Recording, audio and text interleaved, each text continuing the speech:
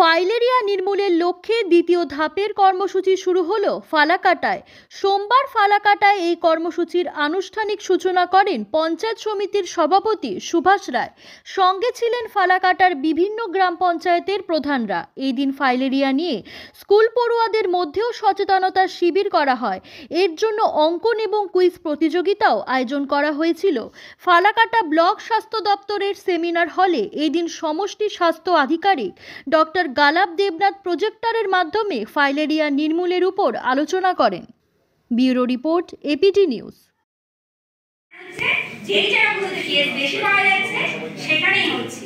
যেমন আমাদের ফালাকাটা ব্লকে এই মুহূর্তে আমাদের জানা 310 জন আছে। এবার এটা কি করে হচ্ছে? মশার কামড় থেকে হচ্ছে। ধরুন আমি হচ্ছে ক্যারিয়ার, আমার মধ্যে ফাইলেরিয়াসিসের প্যারাসাইট আছে, আমার মশা কামড়েছে, উড়ে গিয়ে এগুলো সবাইকে কামড়েছে।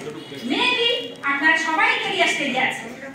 এবার প্রশ্ন হলো, আমরা যত ফাইলেরিয়াসিসের পেশেন্ট দেখি সাধারণত দেখা যায় ছোট বাচ্চাদের মধ্যে দেখছি না, বড়দের মধ্যে দেখছি। কেন?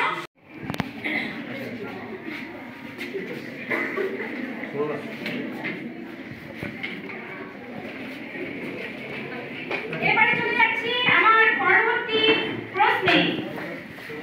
এটা আমি বলি, এই প্রশ্নের উত্তর দিবে আমাদের আশার্থীরা। এই প্রশ্নটি যাচ্ছে আমাদের আশার্থীদের জন্য। ফাইলেরিয়ার ওষুধ কি সবাই খেতে পারবে?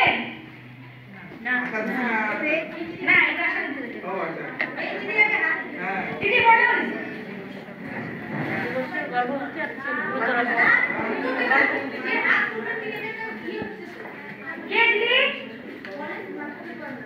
কারা পারবে না খেতে?